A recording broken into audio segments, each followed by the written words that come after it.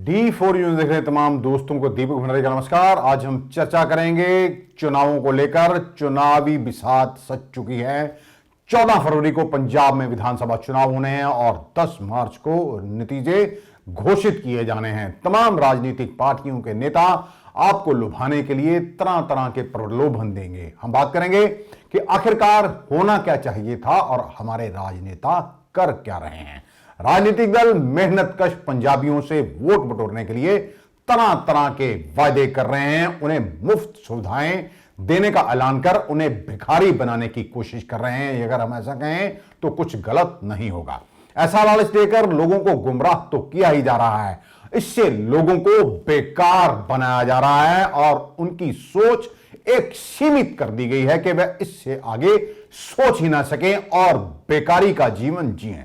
इसके अलावा राजनेता ये चाहते हैं कि पंजाबियों को हर संभव तरीके से सरकारों पर निर्भर रहना पड़े ताकि वह ना तो रोजगार की तलाश करें और ना ही सरकारों और नेताओं से कोई सवाल पूछें। सरकार का काम तो यह होता है कि सभी के लिए संसाधन बनाना, ऐसी व्यवस्था करनी कि हर एक व्यक्ति को काम मिले।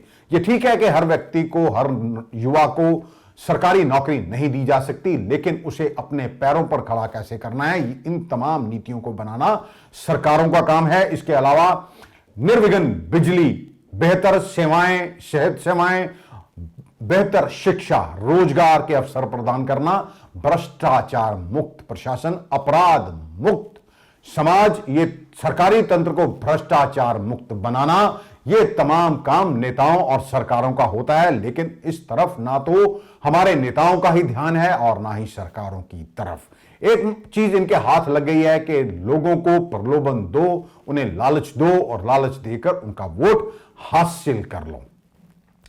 यहां पर यह भी ध्यान दिया जाना चाहिए कि विधानसभा या लोकसभा चुनावों के बाद जब इनका कार्यकाल समाप्त हो जाता है तो एक नेता केवल एक ही पेंशन लेने का अधिकार इनको हो ना, जबकि देखने में यह है जो 6 बार विधानसभा चुनाव जीता है उसको 6 पेंशन और जो 3 बार लोकसभा चुनाव जीता है उनको 3-3 पेंशन मिल रहे हैं। आखिरकार इसके लिए कोई जवाब क्यों नहीं उठाता है? क्या राजनेताओं को इतना पैसा चाहिए कि वो एक समय में 6-6 पेंशन लेकर भी उनका गुजारा नहीं होता है?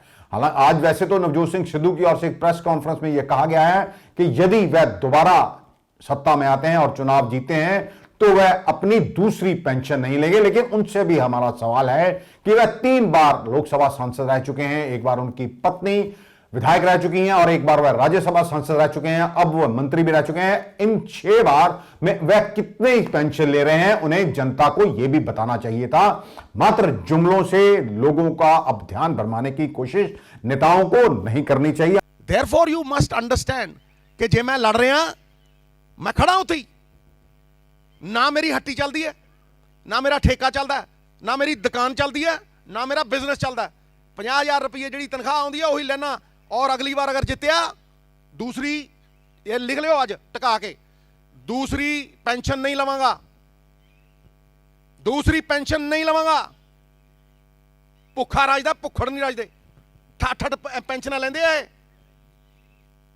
बड़े बादल वर्गे, इन्होंने शर्म नहीं आती। हम आपको यह भी बता दें कि हर एक बच्चे के लिए शिक्षा अनिवार्य कर दी गई है। इसे लेकर गांवों में स्कूल तो बना दिए गए लेकिन वहां पर अध्यापकों की कमी है, यह कौन नहीं जानता। कई स्कूल में केवल एक शिक्षक है और कई ऐसे स्कूल हैं जिनमें एक भी शिक्षक नहीं है। एक अकेला शिक्षक 5-5 क्लासों के बच्चों को पंजाबी, हिंदी, इंग्लिश, मैथमेटिक्स, सामाजिक, साइंस, कला, फिजिकल एजुकेशन व अन्य सब्जेक्ट पढ़ा रहा है, जो कि उसके लिए संभव ही नहीं है। जो बच्चे इस तरह एक ही शिक्षक से तमाम सब्जेक्ट पढ़ेंगे, आप खुद अंदाजा लगा सकते हैं कि उसका IQ लेवल क्या होगा। सरकारों के अलग अलग अनुभवों से शिक्षा का स्तर लगातार नीचे गिरता जा रहा है। हालांकि स्मार्ट स्कूल बनाने के दावे तो किए जाते रहे, लेकिन शिक्षा का हालात यह है कि लोगों को, कई बच्चे ऐसे हैं उन्हें सामने दीवारों पर पड़ा स्लोगन भी पढ़ना नहीं आता है जो दीवारों पर लिखा होता है। वास्तव में हर गांव में स्कूल राजनेताओं द्वारा सत्ता की अपनी सीटों को सुरक्षित करने के लिए खोले गए हैं। कि इन परिस्थितियों के बावजूद अपने माता पिता अपनी हिम्मत के कारण ही बच्चों को शिक्षा दे रहे हैं ताकि वह रोजगार पाने के लिए दर दर भटकने को मजबूर ना हो। आपने देखा ही होगा कि सरकारों के सामने किस तरह शिक्षकों को गिड़गिड़ाना पड़ता है। सड़कों पर बैठे, लाठियां खाई, टंकियों पर चढ़े, लेकिन इन शिक्षकों की बात नहीं सुनी गई। मंत्रियों के घरों के बाहर प्रदर्शन किया गया और इन पुलिस की लाठियां भी खानी पड़ी, लेकिन इनके नेताओं के कान पर कोई जूं तक नहीं सरकी, क्योंकि इनके बच्चे तो विदेशों में या फिर बड़े बड़े प्राइवेट स्कूलों में पढ़ते हैं। इन्हें आम लोगों से कोई लेना देना नहीं है। यह भी सच है कि आईलेट्स कुकुरमुत्तों की तरह खुलते जा रहे हैं। इनकी संख्या दिन ब दिन बढ़ती जा रही है और इनमें जो आईलेट्स करने के लिए आते हैं, गांवों में से आने वाले बच्चों की संख्या उनमें से खासी अधिक है, क्योंकि मां बाप खुद अपने बच्चों को यहां नहीं रखना चाहते, क्योंकि यहां का सिस्टम लगातार बिगड़ता जा रहा है और इसके लिए नेता जो हैं जिम्मेदार हैं।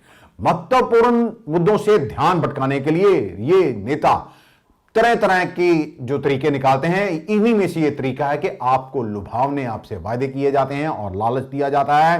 राजनेता गरीब लड़कियों की शादी के लिए शगुन योजनाएं, गरीबों के लिए मुफ्त घरेलू बिजली, आटा दाल योजना, मुफ्त पानी और तरह तरह की योजनाएं देके एक तरह से लोगों को मीठा जहर दे रहे हैं।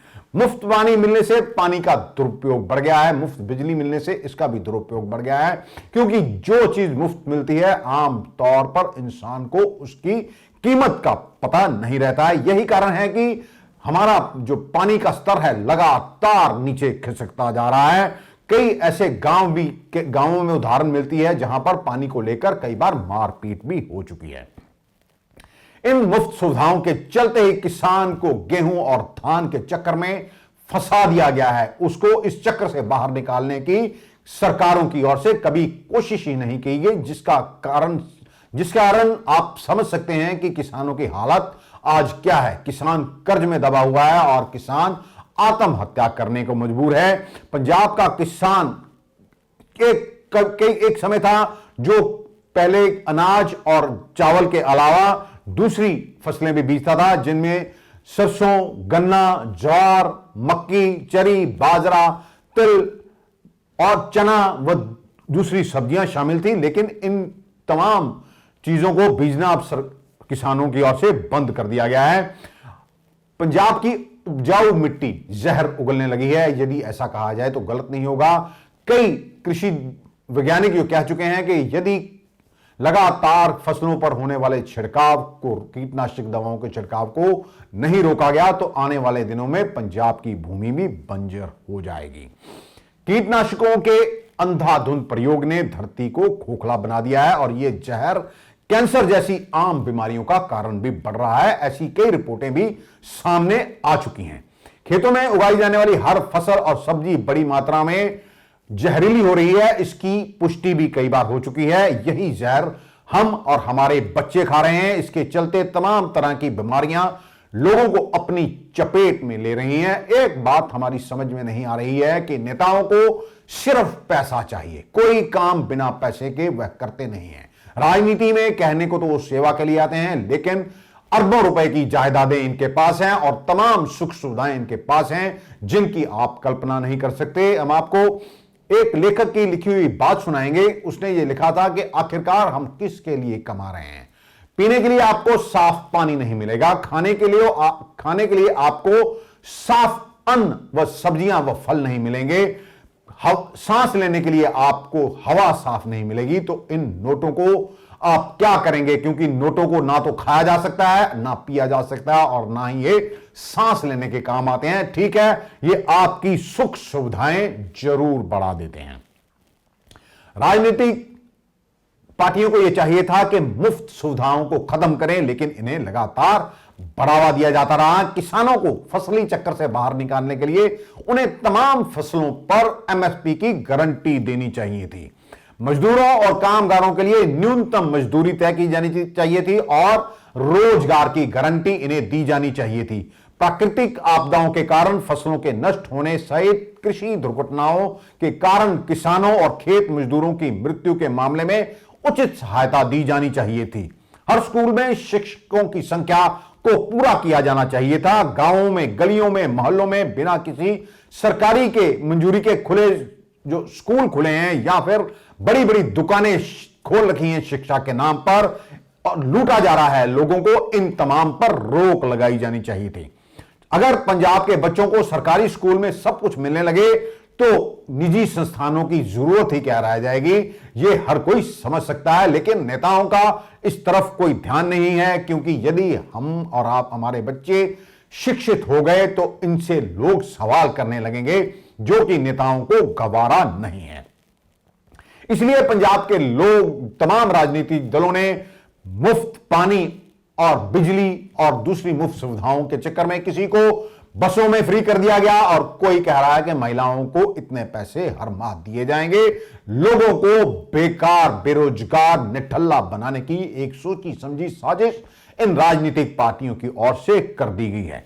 सरकारी एजेंसियों में काम करने वाले अधिकारियों और कर्मचारियों को आम जनता के प्रति अपना नजरिया बदलने की जरूरत है, क्योंकि वह जिस सीट पर बैठे हुए हैं वहां पर वह आम जनता के लिए बैठे हुए हैं और उन्हें यह सोचना होगा कि उन्हें जो वेतन मिलता है वह जनता के दिए गए टैक्स से मिलता है। लेकिन अगर हम बात करें कि यह केवल इसी तरह खत्म हो जाएगा बातें करने से, तो नहीं होगा, क्योंकि इसके लिए राजनीतिक इच्छा शक्ति की आवश्यकता होती है। और राजनीतिक इच्छा शक्ति इस समय क्या है, एक ही है कि पैसा और ताकत किस तरह हासिल की जाए। इससे अलावा राजनेताओं को लोगों की समस्याओं से कोई सरोकार नहीं है। लोग जहां कहीं दफ्तर में जाते हैं, बिना पैसे काम नहीं होता है। पंजाब के पढ़े लिखे युवाओं को रोजगार के अवसर मुहैया करवाना सरकार की सबसे बड़ी प्राथमिकता होनी चाहिए। अब अगर माफिया है, कोई रेत माफिया की बात करता है, कोई ट्रांसपोर्ट माफिया की, कोई जहरीली शराब की, तो इसके लिए यदि सरकारें इस पर रोक नहीं लगा पा रही हैं तो इसके लिए आम लोग नहीं, सरकारें पूर्णतया से जिम्मेदार हैं। पिछले कई सालों से ये धंधे लगातार चलते आ रहे हैं, आखिरकार इन पर रोक क्यों नहीं लगाई पाई जा रही, ये सबसे अहम सवाल बना हुआ है। ये लोगों को बताना चाहिए, राजनेताओं को, कि हम इनके सामने बौने किस लिए हैं। इसलिए बौने हैं क्योंकि हम इनसे हिस्सा खाते हैं, हिस्सा लेते हैं। इसीलिए ना तो हम अपराध पर अंकुश लगा पाए हैं और ना ही अभी तक भ्रष्टाचार पर अंकुश लग पाया है। बेहतर सेहत सेवाएं मुहैया कराने के प्रयास किए जाने चाहिए। ऐसे में लोगों को अपने पैरों पर खड़ा करने के लिए भी प्रयास होने चाहिए। इसी रास्ते पर चलकर हमारा पंजाब समृद्ध हो सकेगा, लेकिन शायद नेता ये चाहते नहीं हैं। अब हमारा लोगों से आग्रह है कि अब लोगों को खुद सोचना होगा, सचेत रहना होगा कि इनकी चिकनी चुपड़ी बातों में नहीं आना है। हर बार ये नेता वोट हासिल करने के बाद अगले चुनावों तक गायब हो जाते हैं। जब तक अगले चुनाव आते हैं तो आपकी प्रायोरिटीज यानी कि आपकी जरूरतें बदल जाती हैं। 5 साल पहले इन्होंने जो वायदे किए थे, फिर आपको उन्हीं चिकनी चुपड़ी बातों में ये आपको लगा लेते हैं और आपका वोट हासिल कर लेते हैं। सबसे अहम लोगों का यह भी सवाल है कि वे आखिर जाएं तो जाएं कहां। वही नेता हैं, वही पार्टियां बदल बदल कर शामिल हो जाते हैं, वोट मांगते हैं और फिर पंजाब को लूटने में लग जाते हैं। आखिरकार केंद्रीय एजेंसियां हैं या जो सरकारी एजेंसियां हैं, वह इन नेताओं और भ्रष्टों पर आखिरकार हाथ क्यों नहीं डाल पाती हैं। ये सबसे परे, कहीं ऐसा तो नहीं मुफ्त वायदों का लालच देकर ये नेता ये कहते हो कि ये तो चंद दिनों तक ही उन्हें लोगों को कहना है, बाद में फिर मौज नेताओं की हो जानी है। इसलिए आप सबको सचेत रहना होगा। पहले जब चुनाव आते थे तो ये नेता जनता को अपनी उपलब्धियां गिनाते थे कि हमने 5 साल के कार्यकाल के दौरान क्या क्या काम किए हैं, जिससे लोगों के जीवन के स्तर को ऊंचा उठाया जा सका है। लेकिन कुछ समय पहले, कुछ वर्षों से लोगों को उपलब्धियां गिनाने के नाम पर की बजाय उन्हें लालची बनाने में इन नेताओं ने कोई कसर नहीं छोड़ी। सबसे पहले चुनाव जीतने के लिए अगर केंद्र सरकार की बात करें तो भाजपा की ओर से हमारे प्रधानमंत्री ने यह कहा था कि विदेशों से काला धन लाया जाएगा और हर एक व्यक्ति के खाते में 15-15 लाख रुपए आएंगे। और इसके अलावा उन्होंने 2 करोड़ लोगों को नौकरियां देने की भी बात कही थी, तो उन्हें जनता ने पूर्ण बहुमत दे दिया था। ये काला धन वापस आना चाहिए, ये चोर लुटेरों से एक एक रुपया वापस लेना चाहिए। इस रुपयों पर जनता का अधिकार है कि नहीं है? ये रुपया जनता के काम आना चाहिए। अरे एक बार ये जो चोर लुटेरों के पैसे विदेशी बैंकों में जमा है ना, उतने भी हम रुपये ले आए ना, तो भी हिंदुस्तान के एक एक गरीब आदमी को मुफ्त में 15-20 लाख रुपए यूं ही मिल जाएगा। इतने रुपये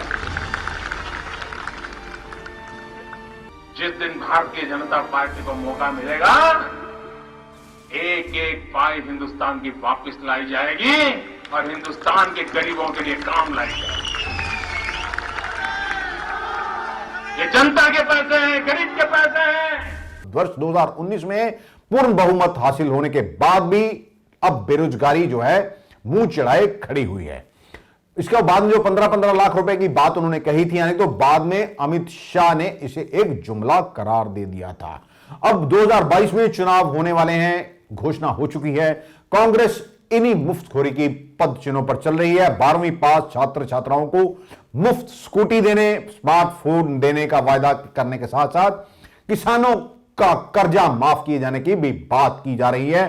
कहीं ऐसा तो नहीं कि कांग्रेस को यह लगने लगा है कि वह सत्ता में नहीं आएगी, इसीलिए ऐसे वायदे कर दिए जाएं जो कि दूसरे नेता पूरी ना कर सकें। बात करेंगे आम आदमी पार्टी के संयोजक और दिल्ली के मुख्यमंत्री अरविंद केजरीवाल की। उन्होंने भी मुफ्त की सुविधाएं देने में कोई कमी नहीं छोड़ी।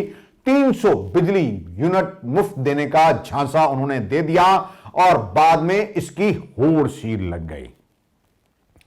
पंजाब में कांग्रेसी नेता सरकारी माल को ऐसे उड़ा रहे थे जैसे इनके पुश्तों ने यह माल कमाया हो, और कोई भी पार्टी इसमें पीछे नहीं रहती है। बड़े बड़े विज्ञापन दिए जाते हैं और लुभावनी घोषणाएं की जाती हैं, और जो जनता के गाढ़े खून पसीने की कमाई के टैक्स का पैसा होता है उसे यूं ही उड़ा दिया जाता है।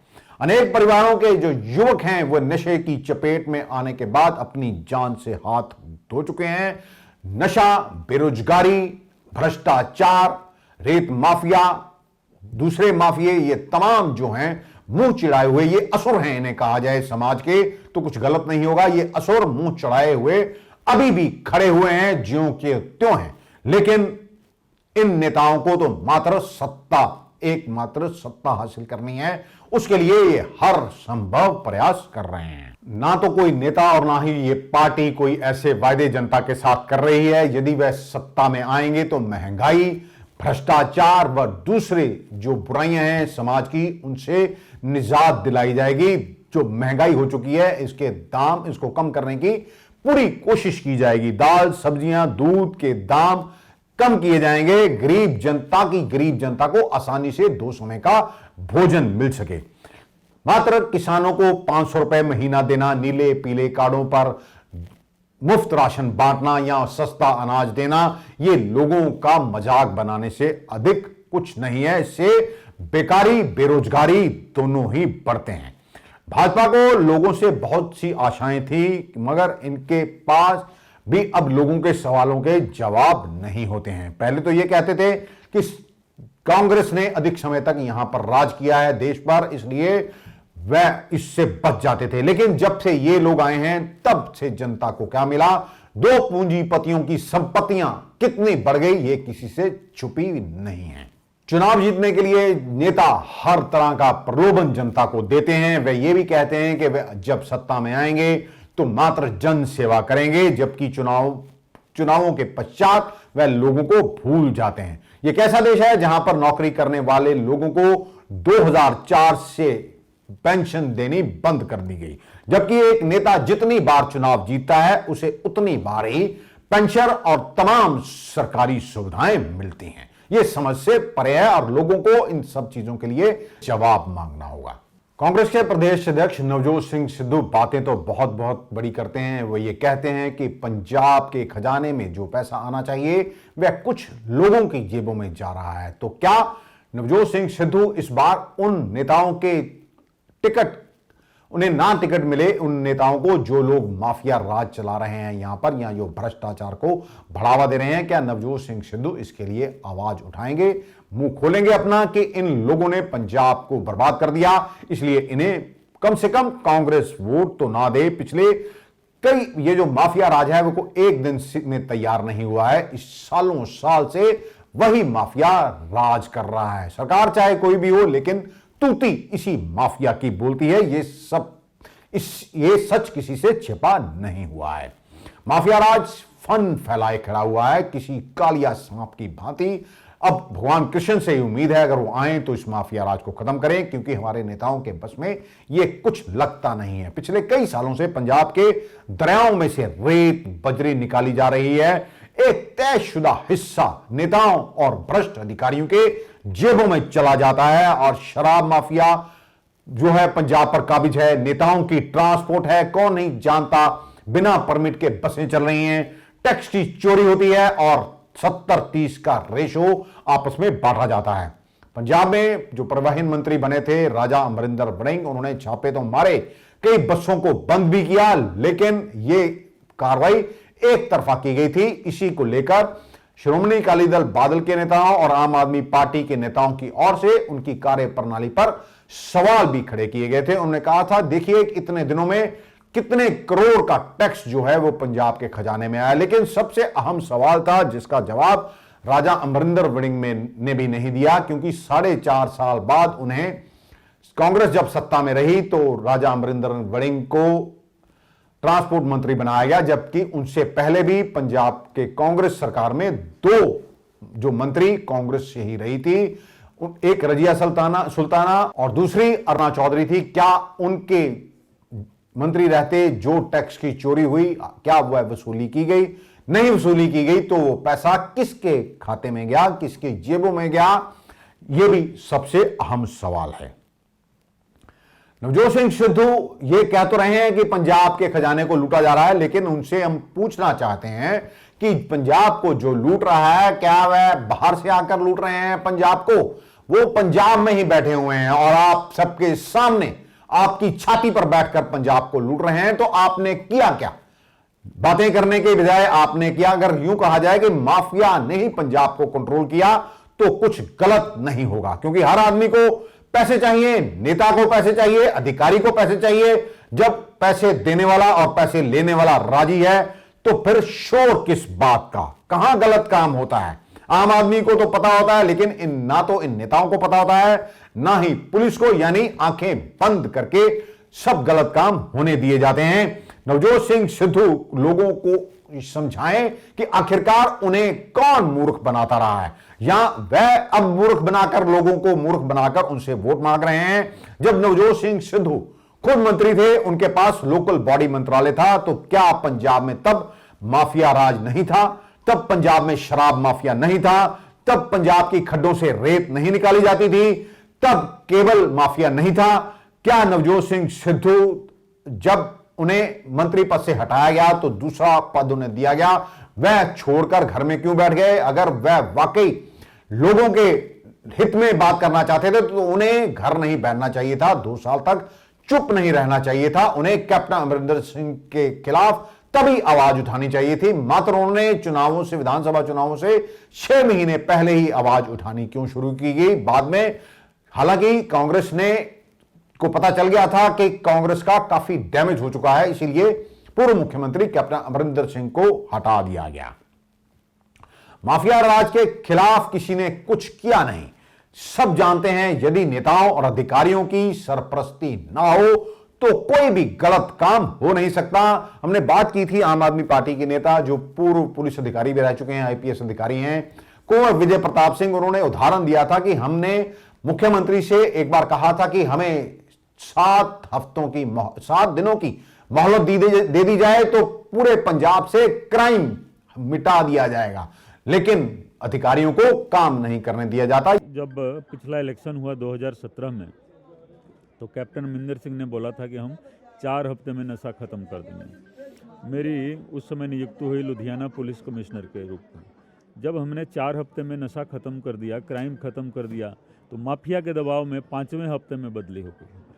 ठीक है, कैप्टन मिंदर सिंह दबाव में आए, बदली उन्होंने कर दी। पंजाब पुलिस एक्ट अलाउ नहीं करता है कि 1 साल से पहले पुलिस अफसर की बदली हो, कमिश्नर रैंक के पुलिस अफसर की बिना कारण बदली। तो आप सब सोच सकते हैं कि यहाँ माफिया का राज है। तो हर तरह का माफिया सक्रिय है, जिसमें ड्रग माफिया सबसे ऊपर है।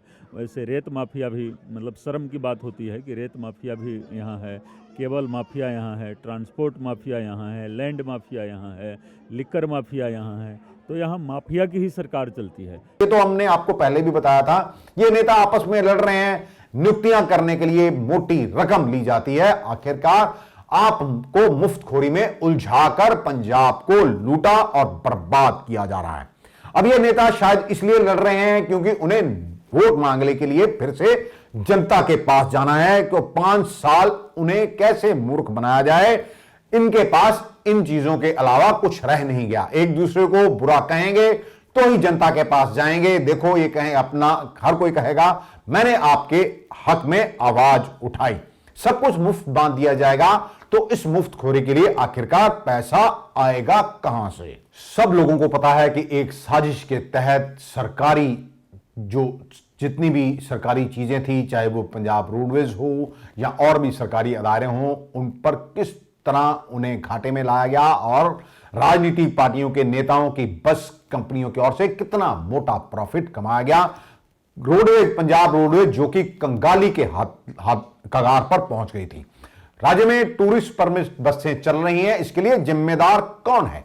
हर रोज अमृतसर से जम्मू, अमृतसर, दिल्ली, अमृतसर और कई स्थानों से ऐसी ही बसें चलती हैं। इन बसों में कई सारा सामान इधर से उधर होता है जो सुरक्षा के लिए भी खतरनाक है और टैक्स की भी भारी चोरी होती है। आखिरकार इन पर कंट्रोल क्यों नहीं किया जा सका है? किन लोगों ने माल कमाया और खाया? ये तमाम सच्चाई लोगों के सामने आनी चाहिए थी कि आखिरकार भ्रष्टाचार की गंदगी से लोगों को निजात मिलेगी या नहीं, ये सबसे अहम सवाल बना हुआ है। अगर हम यूं कहें कि घर में नहीं दाने, अम्मा चली भुनाने, तो कुछ गलत नहीं होगा। पंजाब पर इस समय 4 लाख करोड़ रुपए से अधिक का कर्जा है और हमारे पास रिसोर्सेज नहीं है। आखिरकार पैसा आएगा तो आएगा कहां से? और नेता जो हैं ये दीमक बनकर जो चिपक गए हैं पंजाब को, पंजाब के रिसोर्सेज को, वह खून चूसना पंजाब का बंद करेंगे? क्योंकि जिसे खून पीने की आदत पड़ गई है वह खून चूसना बंद नहीं कर सकता है। कुछ वोटर भी फूले नहीं समा रहे हैं कि अब तो उनके लिए सब कुछ मुफ्त हो जाएगा, लेकिन हम अपने लोगों से कहेंगे, हे ताकतवर इंसानों, इस मुफ्तखोरी के पीछे की असलियत को पहचानो।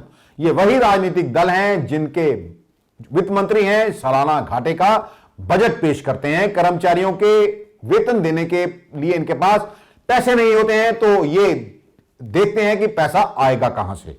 कई बार केंद्र सरकार से भी गुहार लगाई जाती है कि माई बाप हमें बचा लो, अगर आप हमारी मदद नहीं करेंगे तो सब कुछ ठप हो जाएगा।